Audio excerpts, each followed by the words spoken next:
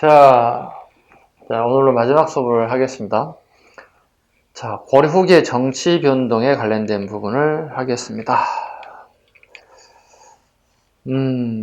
볼까요? 보겠습니다. 276쪽입니다. 그 2차 원정할 때 부분을 좀 살펴볼 게 하나 있는데요. 이게 뭐냐면,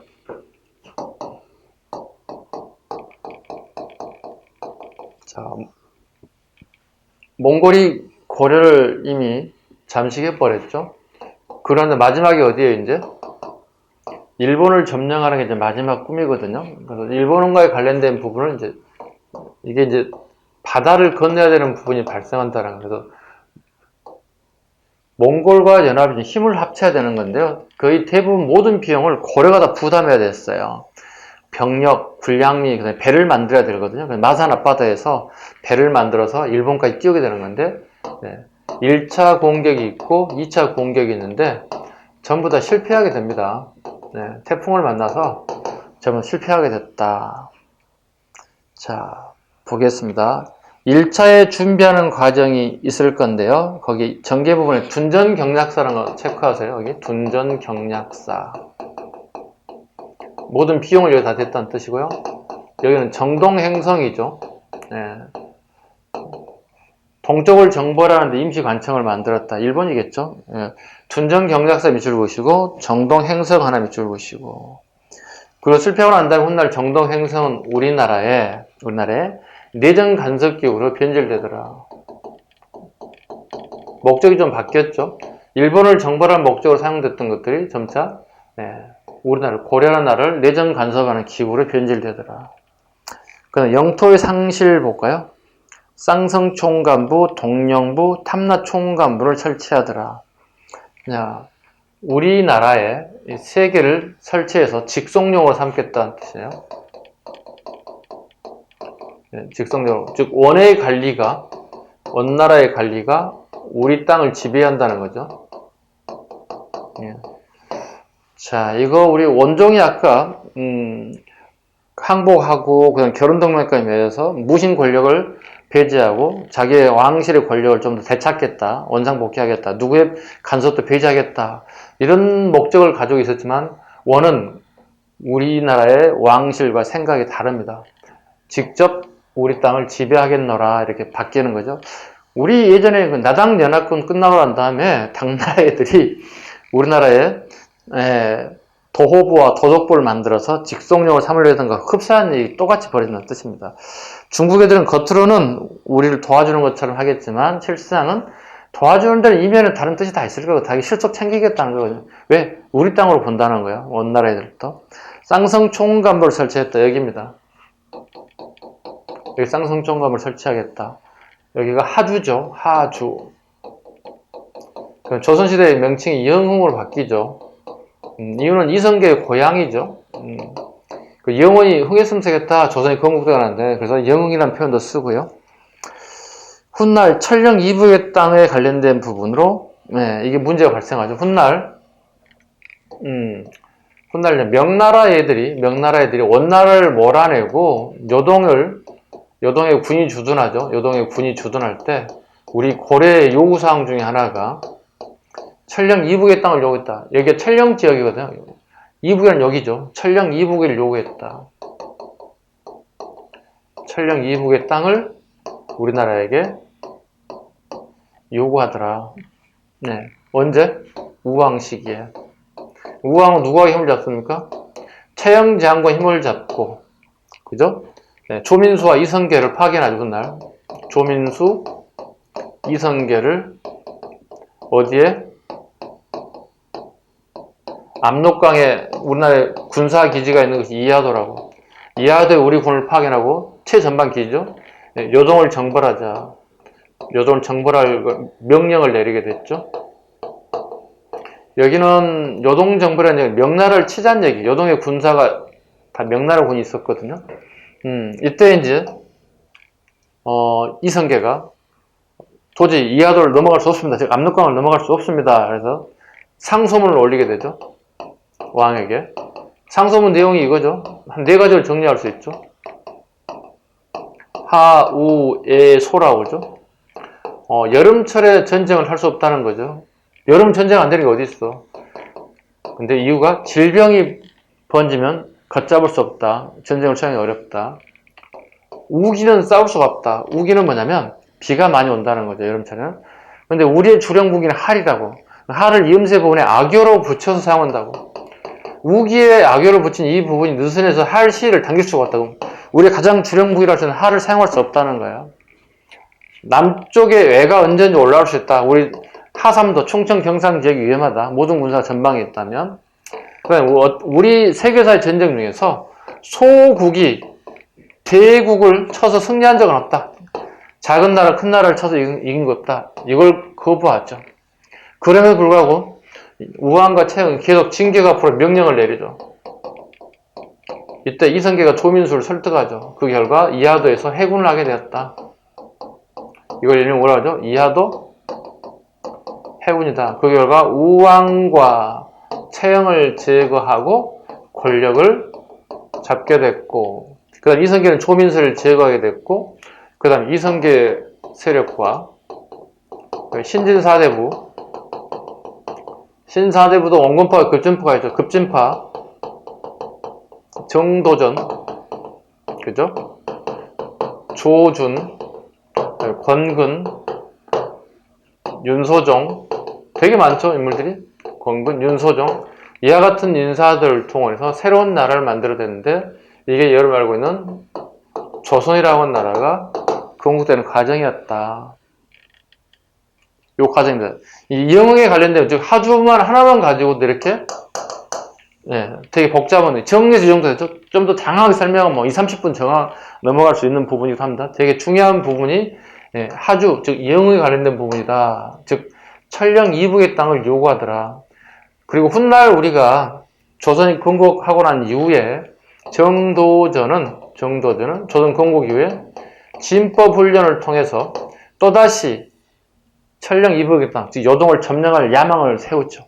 그래서 훗날 명나라 애들이 정도전에 이 표전문 문제가 시비가 걸리죠. 표전문이라는 예교 문서를 얘기하는데 정도전이 중심이 되어서 예교 문서를 졌다는 거야. 그 정도전이 책임을 져야 한다는 거야. 요 문제를 정도전 압송 명령을 내리죠. 이게 표전문 시비 문제가 걸려 있습니다. 표란 말은 예교 문서가 무죄가 됐다는 뜻이 되는 거고, 태조 이성계는 이걸 거부하게 되죠. 거부하게 됐습니다. 왜? 이성계가 오른팔이 정도전인데 정도전을 죽이겠다는 목적인데 보내겠습니까? 보낼 수가 없겠죠. 요거 표전문 문제 하나고 대명해전 문제가 하나 또 걸려있죠. 대명해전이라. 이건 명나라 역사책인데 이성계의 아버지를 부친을 이인임으로 기록하고 있다는 거예요. 이인임으로. 이인임은 고려 말에 우왕식의 최고 권력자였습니다. 이때 이성계 세력이 이인임을 제거해버렸죠. 제거했는데 이인임이 이성계 아들이라고 명나라 역사책에 기록된 건 옳지 않다는 거죠. 이 두 개 문제가, 그죠? 표전문 문제하고 대명해전 문제가 되게 시끄러운 문제, 예교 문제가 시끄럽다는 거예요. 그래서 명나라에서는 우리나라를 갖다가 국가로 인정하지 않으려고 했다는 거, 그다음 왕으로 인정하지 않으려고 했다는 거. 그래서 이때 보면 우리나라를 명의라하지 않고 고려지국이라는 단어를 쓰죠. 고려지국이라는 단어를 쓰죠. 아직까지 우리를 고려 나라를 보고 있다는 거고 왕을 인정하지 않는 것들이죠. 그리고 이 왕에 대한 문제는 훗날 태종 때 가서 해결이 되죠. 왜? 앞으로 우리는 명을 침략할 의사가 없습니다. 공표해버리죠. 그게 명나라 이후부터 태종 이후부터 우리나라가 명으로부터 조선이라는 나라를 인정받게 되었고 곧 왕에 대한 부분도 인정받게 되었다. 이 부분이 쭉 연결될 수 있었으면 좋겠습니다. 우리 수업에서 좀 깊게 다루지 않는 부분이기도 합니다. 그래서 이걸 좀 잘 정리하시고, 제가 비켜드릴게요. 잘 보이시죠? 정지화면 눌렀다가 기록하시고 가면 될 것 같습니다. 자, 이어서 갑니다.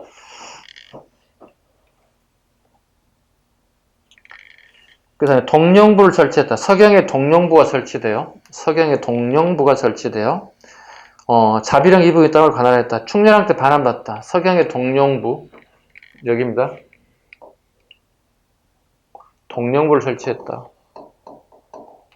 서경이 동령부를 설치했다. 이 지역을 직속력을 삼겠다는 뜻이 되는 거예요. 네, 탐라 총관부, 제주도죠. 네. 직속력을 삼겠다.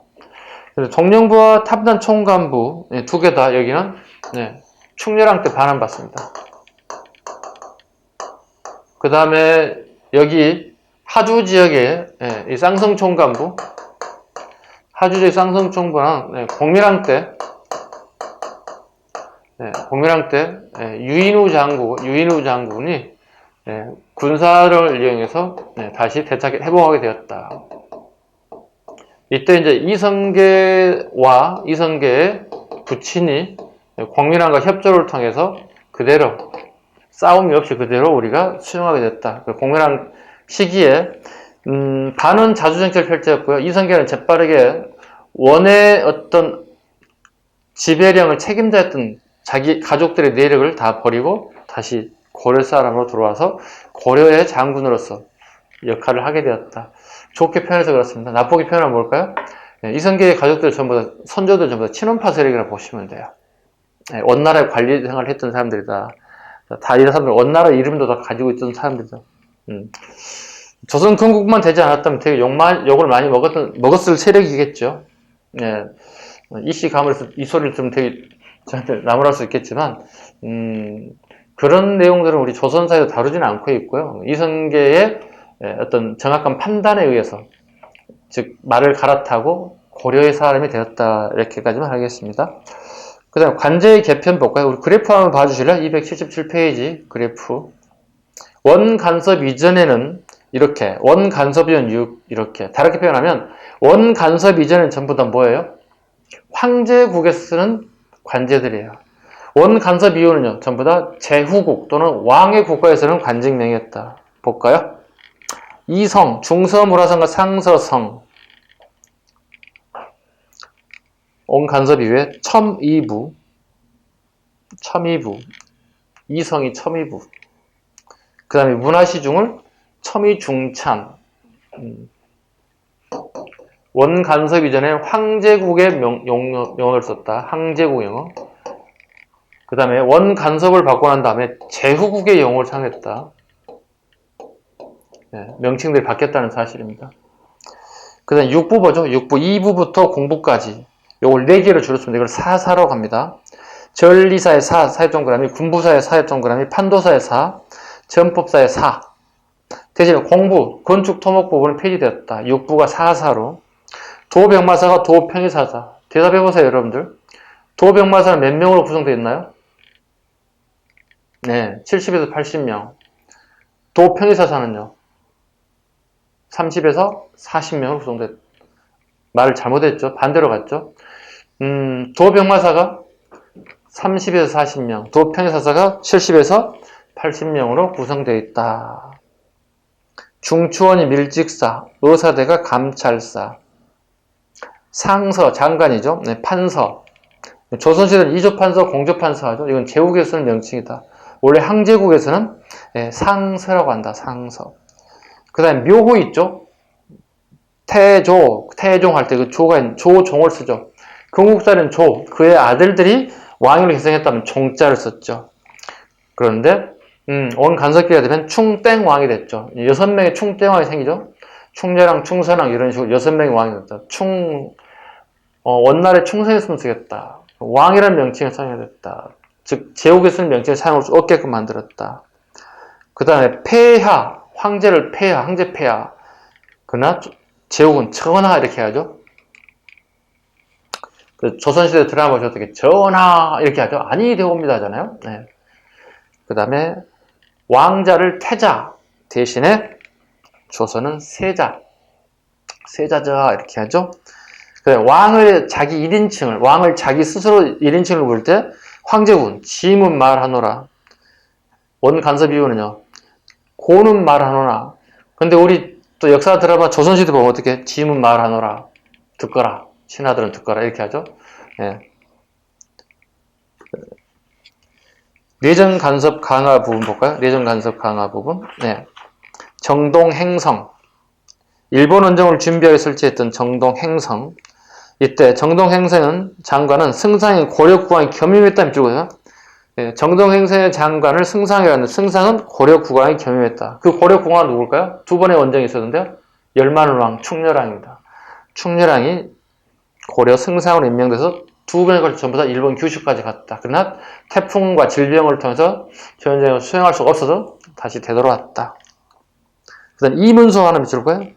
네, 부속기관, 정정에서 부속기구였던 이문소는 원가의 관계에서 범죄 행위를 담당하는 기구였으나 점차 부원세력 이익을 대변하는 기구로 변질되어 불법적인 사법권 행사로 문란해졌다. 우리나라 사람들이 원나라인들 상대로 범죄를 저지를 수가 있습니다. 그럼 이문소 이걸 담당했다. 대신에 형벌을 되게 가혹하게 다루더라. 그는 훗날 부원세력 이익을 대변하는 기구로 변질되어 가더라. 순마소, 반원 인사 색출과 개경의 치안을 담당하기 위해서 설치한 감찰기관이었다. 순마소 온간섭기에 훗날 순군 만호부로 확대 개편되어 조선시대까지 이르게 되었다. 순마소까지. 다음 페이지. 만호부. 일본 원정에 실패하죠. 두 번을 실패하죠. 그래서 애구의 침입에 대비하기 위해서 남해안 요충, 서해안 일부 지역에 만호부를 설치합니다.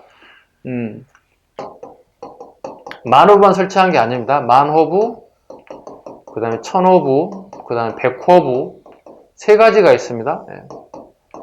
이건 군사의 중요도에 따라서, 예. 군사 지역의 어떤 지역에 따라서, 군사 중요 지역에 따라서 백호부, 만호부, 천호부, 군사 조준에 관련, 군사 숫자와 달라진, 군사 숫자와 밀접한 관련이 있는 부분이 만호부, 백호부, 만호부, 천호부, 백호부. 중국의 제도를 그대로 갖다 모방했다. 그래서 지금 현재 서해안과 남해안 일부 지역에는 만호부가 만호동이 됐고 천호부가 천호동이 됐을 거고 백호부가 백호동이 됐겠죠. 왜냐하면 부라는 개념은 군사적 개념으로 출발했으니까 그죠? 부가 훗날 이제 지금 21세기에는 어떻게 이제 행정적 개념으로 바뀌었겠죠? 행정 개념으로 21세기에는 그죠? 다루가치 몽골 2차 침입 때 몽고의 점령지역에 백성을 다스리기 배치, 감찰관, 조세징수와 내정을 간섭했다. 밑줄 보시죠? 조세징수, 내정 간섭. 충렬왕 때 폐지되었다. 폐지됐던 그 용어 중에 치가 지금까지 우리나라에 사용되고 있다. 양아치, 장사치. 반전도감, 고려 특산물을 징발하게 한 기구. 동경총관, 만주 일대 고려인들을 지배하게 한 것, 동경총관. 동노화, 별표 하나 하시겠습니다. 고려 왕족이나 귀족의 자제, 국왕과 원의 공주사에 태어난 세자를 인질로 삼아 원의 영경에 머물고 하였다. 이후 세자는 원의 공주와 결혼하였고 고려 왕이 되면 돌아와 지게 하였다. 충렬왕 초까지 몇 차례 걸쳐 시행되었으나 곧 폐지되었다. 동노화, 일종의 인질제도다. 한자로 표기하다 보니까 몽골 말이 우리 한자 표현 방법으로 동노하다 이런 표현을 쓰게 된 거고요. 심양왕 제도. 자, 그 만주 지역에 되게 많은 사람들이 우리 고려인들이 살게 됐죠. 만주인들이. 그 지역을 일대를 통치할 수 있는 왕을 임명한 이 사람을 갖다가 왕족을 임명하는 이 사람을 심양왕으로 하였다. 충선왕이 보세요. 충렬왕에 밀려는 충선왕을 비롯한 고려 왕족을 심양으로 책봉하였다. 이는 고려보다 위계가 높은 자기로 정치적으로 고려왕과 심양을 대립시켜 고려의 세력을 견제하게 했다. 예, 이런 정책을 우리 뭐라 부를까? 이걸 이제 정책이란다. 다 오랑캐 이자를 씁니다. 번역해 볼까요? 오랑캐는 오랑캐를 이용하여 오랑캐를 제압한다. 우리가 원나라를 오랑캐로 보는데 원나라를 우리를 오랑캐로 보고 있어요. 우리를 오랑캐로 보고 있다고. 심양왕을 이용해서, 그죠? 심양왕을 이용해서 우리의 본국에 있는 왕을 견제하고 제압하겠다 이런 뜻입니다. 원나라의 우리나라 고려에 대한 정책이다. 중조현상. 원나라에 의해서 고려 국왕이 물러나가 다시 왕에 오르는 현상들, 두 번씩 왕이 되는 현상들, 원의 입맛에 맞게끔, 입맛에 맞지 않으면 바꾸는 현상들, 왕이 두 번씩 되는 경우도 있다. 이걸 우리는 중조현상이라고 한다. 입성책동 앞에 별표하죠. 입성책동. 단독 문제라기보다는 주로 나온다면 선택지 지문에 나올 것 같은데요. 별표하겠습니다. 별표는 3개. 원과 결타가요. 고려 친원 세력들이 부원문 세력이라고 하죠. 딸릴 붙자니까. 고려를 없애고 원에 편입시켜 성을 설치하고 고려를 원의 직성력으로 주장하는 사람들입니다. 충선왕 이후부터 한 4차례에 걸쳐 일어났고요. 그 고려의 존재를 위협하는 것이므로 고려의 모든 정치자들이 모두 완전히 변했다. 볼까요? 입성책동에 대한 부분. 읽는 것보다 저는 쓰는 것보다 읽는 게 더 어려워요. 아는 내용을 읽으려니 되게 어려워요. 자, 입성책동 볼까요? 친원파들이죠. 친원파들이 원나라에 요구합니다. 고려의 직성령으로 삼아달라고. 그러니까 우리 직성령이 아까 3개밖에 없었잖아요. 여기밖에 없잖아요. 그죠? 그런데 이 친원파들이 요구하는 게 여기 다 직성령을 해달라는 뜻이에요. 친원파들이니까 우리 일제시기에 친일파들이 했던 거가 행적이 비슷하다고요. 입성책동 이때 충선왕 시기에 이재현 같은 성리학자가 반대합니다. 극렬하게 반대합니다. 반대 이유를 알아야 됩니다. 이걸 세조구제랍니다. 되게 중요하죠. 세조구제라는 문제. 세조구제란 우리 원종 아시죠? 고려 원종과 세조, 쿠빌라이 칸을 한족식의 묘호를 갖다 세조라 부른다고요. 이걸 세조구제라 불러요. 세조구제.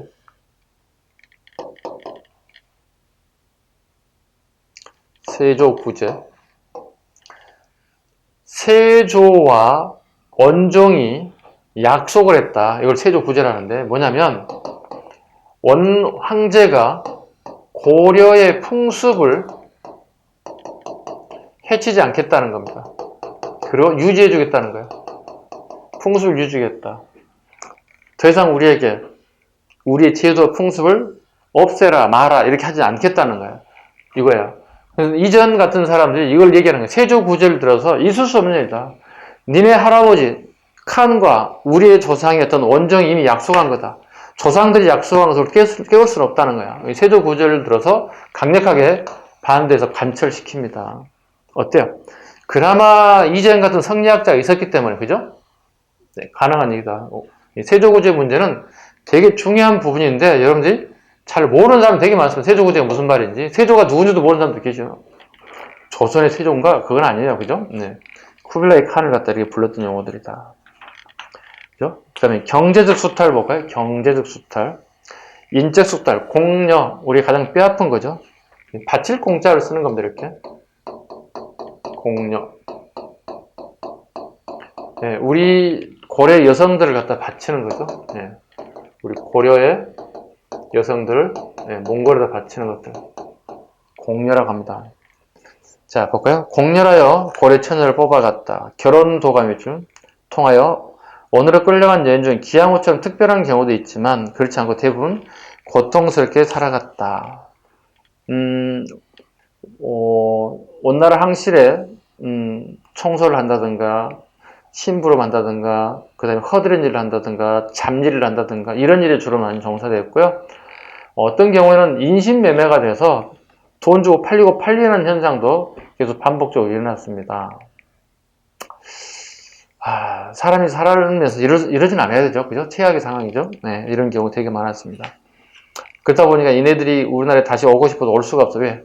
너무 몸값이 비싸져서 거래가 됐기 때문에. 그래서 고향에 도망쳐 오시는 분들이 가끔 계시죠. 네. 이렇게 환양녀라고 하죠. 되돌아올 자, 고량자. 고향으로 다시 되돌아온 여자다. 이렇게 좋은 표현으로 쓰는 게 아니었습니다. 네. 이런 식으로 표현되죠. 비유적으로. 네.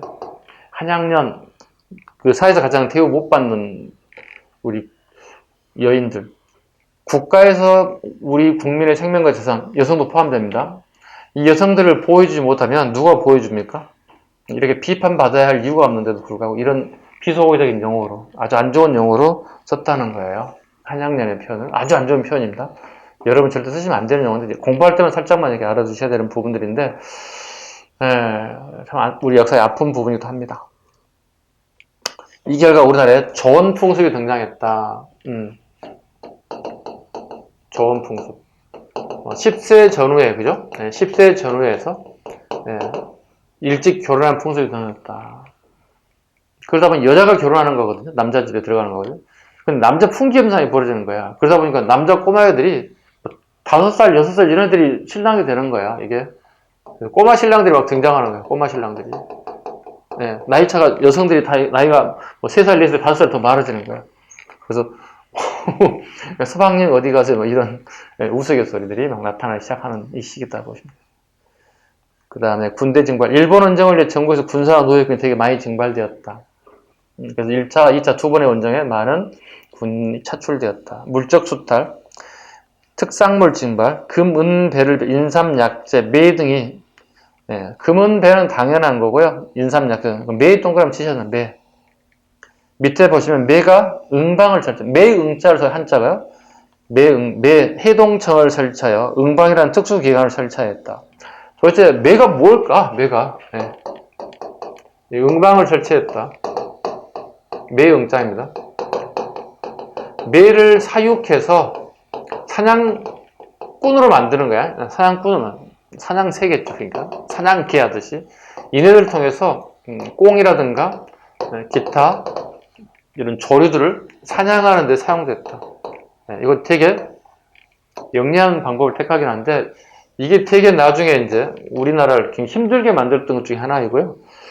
그 다음에 이게 가장 응방에 해당되는 부분들이 뭐라고요? 권력자들이 주로 요즘 말로는 침해 활동하는 겁니다. 매 사냥 나간다.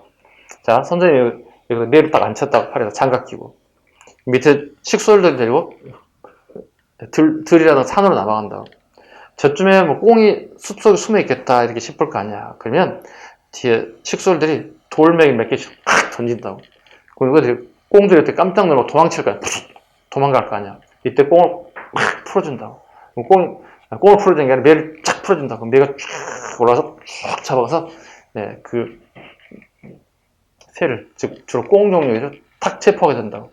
밑에 개를 가져와 또 사냥개 2마리 정도 쫙 풀어줘. 어떻게 열심히 달려가서 충성하게 해서 주인에게 빼앗아온다고. 그게 취미생활이야.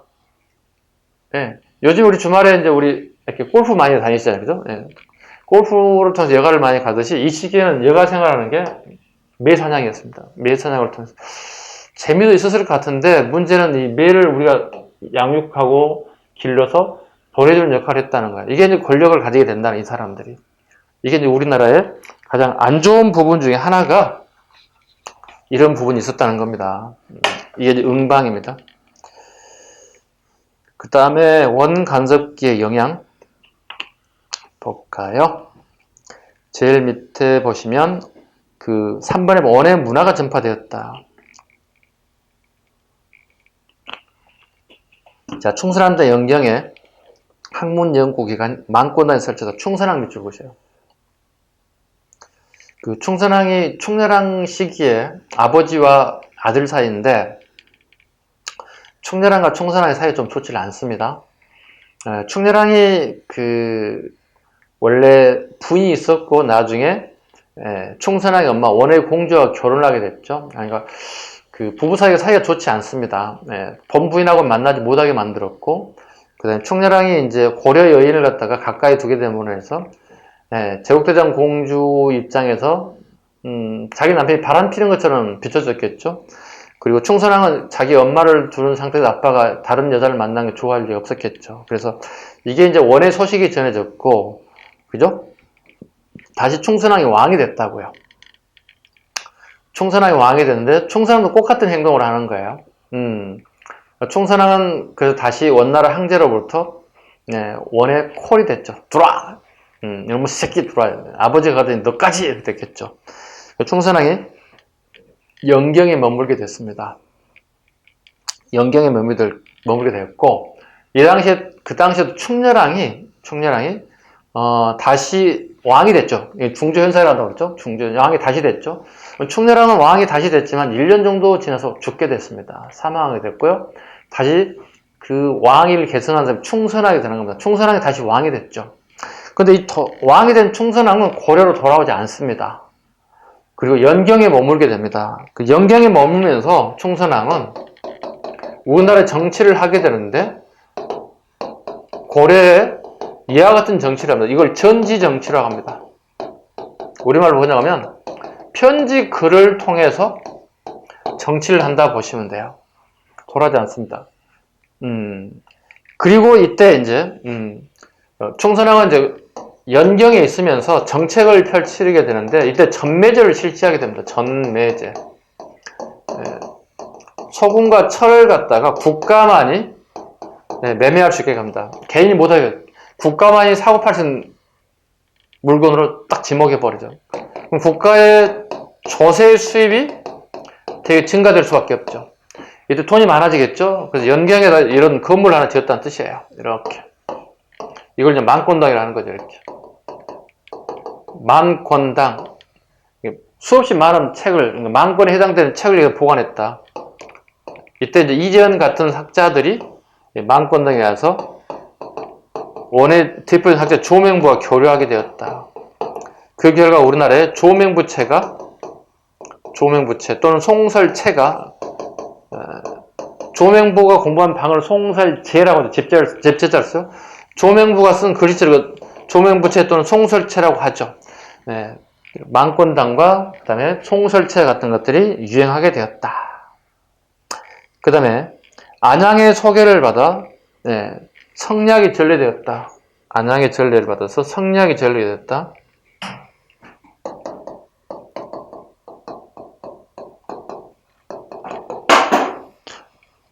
안양에 의해서 우리나라의 성리학이 전래됐다. 안양에 의해서 전래됐다. 그 성리학을 누가 전래했나요? 물어본다면 대답 못하신 분들 가끔 계시는 것 같아요. 이런 방법이 있어요. 성리학을 누가 전래한 줄 아냐? 다시 한번. 성리학을 누가 전래한 줄 아냐? 성리학을 누가 전래했는지 아냐고 물어본 거죠. 안양? 안양입니다. 이 사람은 호가 해언입니다.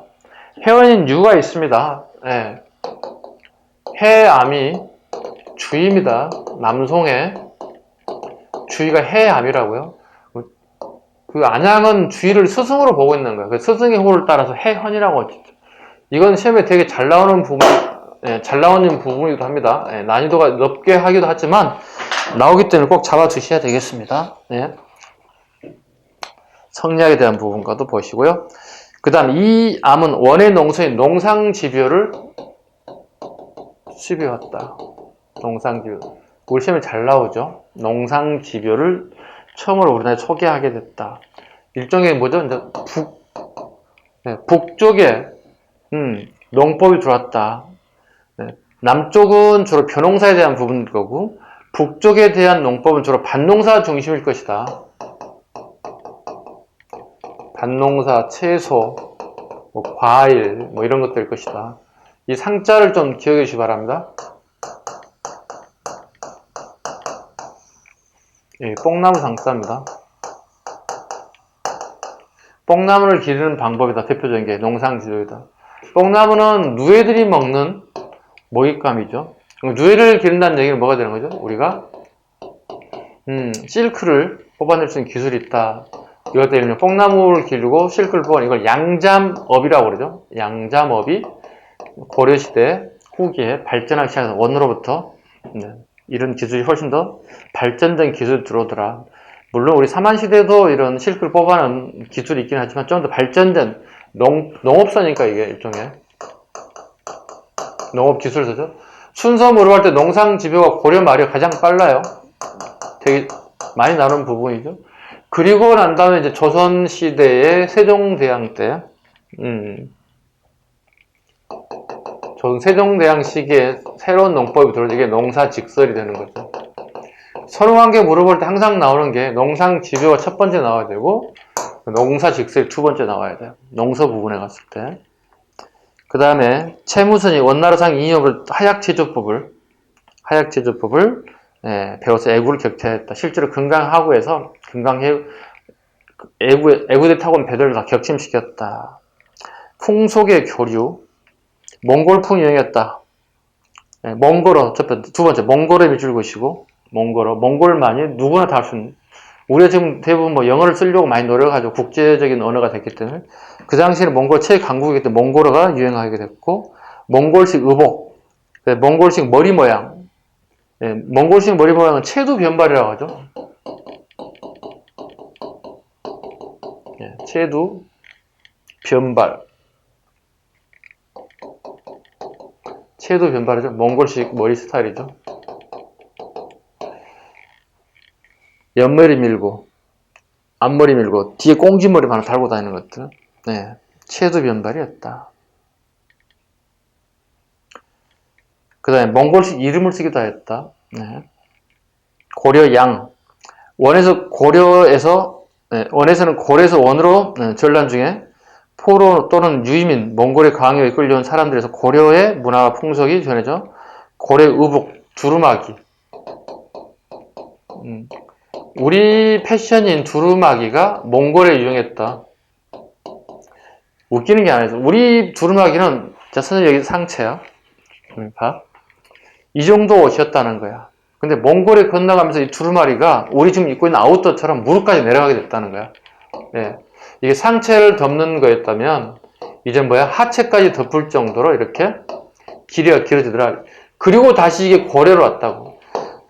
그래서 고려부터 지금 현재 우리 21세기까지 두루마리의 길이 어디까지 내려오는 거야? 우리 무릎까지 내려오게 돼 있다고. 갔다가 다시 오면서 패션이, 기장이 되게 길어졌어요. 특이한 케이스입니다. 고려 의복이 그릇과 음식 등이 풍속이 용이됐다. 대표적인 게 이제 그 몽골 애들이 이제 우리나라의 떡을 되게 좋아했던 것 같아요. 그리고 보통 고려병이라는 얘기하죠. 이 병자가 떡병자거든요. 우리의 떡 있잖아요. 뭐 시루떡도 만들고 무슨 떡도 만들고 했을 거 아니야. 그런 떡들이 몽골에까지 유행했다. 몽골 애들이 고려병을 더 좋아하게 되었다. 고려 음식들도 좋아하게 됐다. 그 다음에 이제 좀 빠져있지만, 그 몽골의 음식이 우리나라에 이렇게 전해진 것도 있을 거 아니야. 대표적인 게 뭐가 있을까? 이게 우리나라에 전해졌던 게 소주 같은 것들. 원래 이 소주 같은 경우에는 아라비아들, 중동 국가들이 만들었던 기술이 몽골을 거쳐서 우리나라를 건너왔다 보시면 돼요. 소주는 우리 것처럼 생각하지만, 전통의 술은 우리께 소주는 아니죠. 이건 이렇게 아랍애들 문화가 증류소에서 아랍에서 소주를 만드는 방법이 몽골 고려를 갔다. 이게 오늘의 소주. 근데 웃기는 건 우리가 다시 몽골에도 수출하고 아랍에도 우리 소주를 수출해. 21세기에. 우리는 수출 강국이야. 남의 걸 받아들였지만 우리는 다시 개선해가지고 다시 수출하는 되게 뭐랄까요. 브랜드를 잘 만드는 것 같아요. 개선하고 해서 이런 게 우리 기술인 것 같아요. 그 다음에 우리 책에 나왔지만 이 그 탕 종류 있죠? 설렁탕 종류들, 그죠? 이런 종류들 전부 다 몽골의 음식 종류들이 우리나라에 들어왔다 보시면 되겠습니다. 그 다음에 또 들어왔던 만두 같은 것들, 만두 같은 음식도 몽골을 통해서 우리나라에 유입돼서 지금 현재 설렁탕 만두 이게 몽골 겁니다. 소주 만두 몽골 겁니다. 이렇게 먹지는 않죠, 우리가. 우리 것처럼 먹고 있죠. 다 우리 건 줄 알아. 소주 우리 거예요. 설렁탕 우리 거예요. 만두 우리 거예요. 다 우리 거 생각하죠. 실은 우리 음식이 아니었어. 원래는 몽골을 통해서 건너온 대표적인 음식이었다. 만두. 그 다음에 결혼 풍습도 봐야 되겠죠. 결혼 풍습에 연지, 건지 같은 것들, 연지, 건지, 그 다음에 족두리. 오른쪽에 나와 있네. 그죠? 결혼 풍습, 연지, 건지, 결혼 풍습. 이렇게 볼에다 연지, 건지, 빨갛고 파란 거, 그 다음에 이렇게 머리 위, 뭐, 족두리라 하죠. 이런 부분들. 그 다음에 용어 중에서 이런 게 하나 있어요. 그죠? 수라상. 임금님 밥상에 올려놓던 걸 수라상 이래요. 그죠? 수라상. 우리 용어 아닙니다. 그 다음에 무술이, 궁궐에서 일하는, 제일 말단 궁녀들을 갖다가, 말단 궁녀들을, 무술이라고 해야죠. 무술이들, 궁녀들.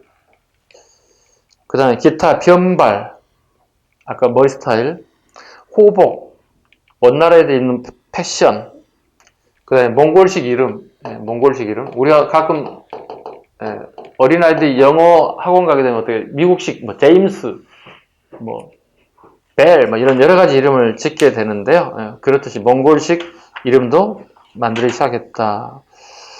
자, 오늘은 여기까지 할 거고요. 다음 시간에는 이제 시험에 가장 또 많이 나오는, 최근 5년 동안 가장 많이 나오는 부분이 충렬왕과 충서랑에 관련된 부분. 물론 공인왕도 많이 나옵니다만, 최근 트렌드는 충렬, 충선이거든요. 다음 시간에는 충렬과 충선왕부터 하는 걸로 하겠습니다. 자, 오늘 수업 여기까지 마칩니다. 수고하셨습니다. 다음 시간에 뵙도록 하겠습니다.